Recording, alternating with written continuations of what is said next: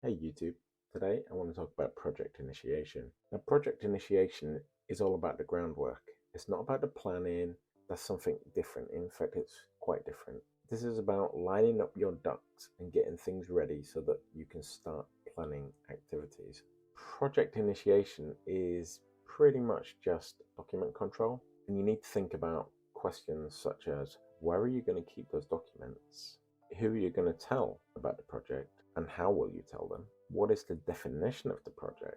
What is your client customer engagement or your communication strategy going to look like? And when are you going to hold a project kickoff meeting? You might also need to think about where are you going to keep those documents. Keeping and tracking the project documents is more important than where or how you keep them.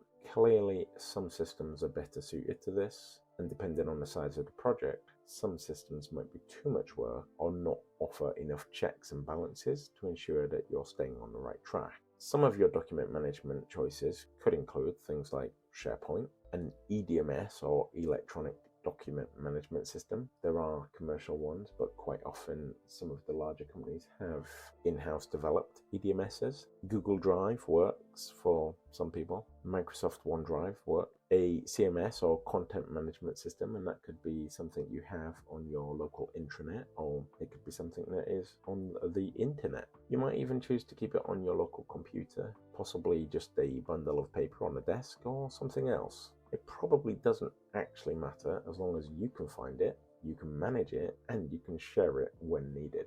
Who are you going to tell about the project and how will you tell them? If you're new to this game, you will quickly realize that project management is really just communication, planning, and admin activities. Deciding who you're going to tell and how often can sometimes be dictated by a higher function. In the Prince 2 world, this might be defined in the directing a project stage. Ultimately, the main point here is that you need to tell people that you have a project. Perhaps you'll identify the team at this stage and you'll let people know if you think you'll need their input at some point. Now, how you go about telling them is entirely up to you. Sometimes you may use something like a project award email where you tell the department heads of all the departments you think you will need. You may just use an email message. You may have something like a Microsoft Teams group chat. You may use a post-it that you stick on someone's desk. You may call a meeting. You might even just go for a casual mention when you're in the kitchen getting yourself a cup of coffee. That probably isn't the most professional way. One of the things that we might want to capture is the project definition.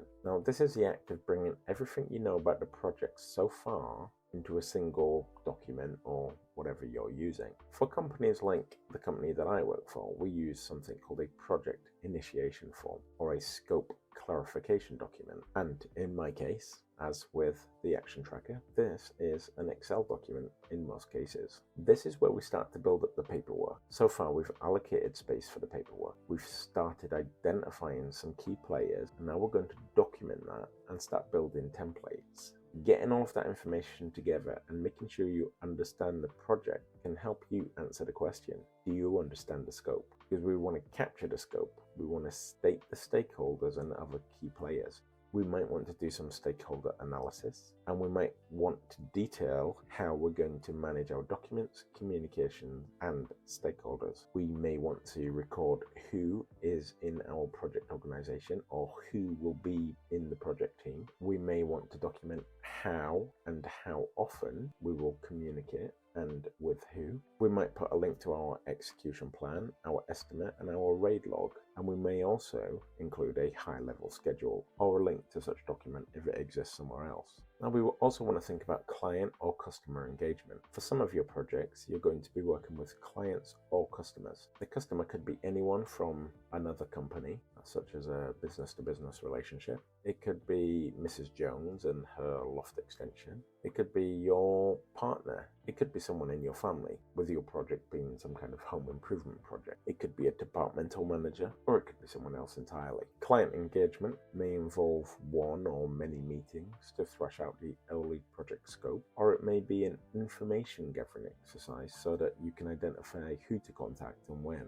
It's important to remember that your customer can also be an internal party. The customer doesn't necessarily mean someone that is external to your organization. If your project is to upgrade a server, for example, then your customer is anyone that relies on that server or service. It is important to remember how are we going to engage with the customers or clients, and it is important to understand if the customer or client needs to provide input into the project or the project plan. One part of project initiation would be the project kickoff. This is when stuff starts getting real. For an IT infrastructure project, this might be where we bring in a number of functional teams or the team leads from those functional teams and give them an overview of the project. In my case, my projects are rarely IT-centric. My projects are usually much bigger, but they involve an element of IT. As such, my IT groups may know that I need a server room, but may not understand the location, the bigger program, or very specific risks and requirements. So this is my opportunity to engage with those people. As an example of this,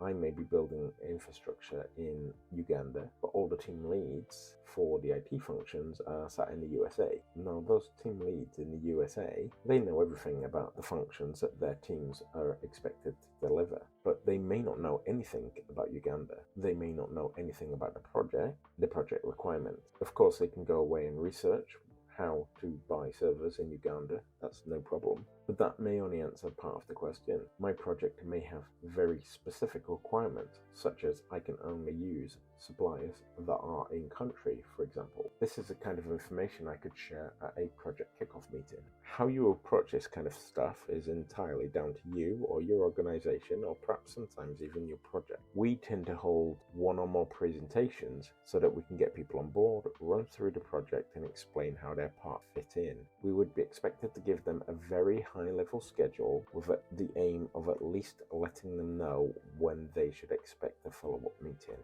If you need input from others, then they'll need to be informed before. I can't build a project plan if I require input from the telecoms team, for example. In my project kickoff meeting, I can describe the project as I know it today. The location, the challenges, if I'm aware of any, how many staff, etc., etc. Well, thank you for watching YouTube, and if you do have any questions, hit me up in the comments below and I will happily help.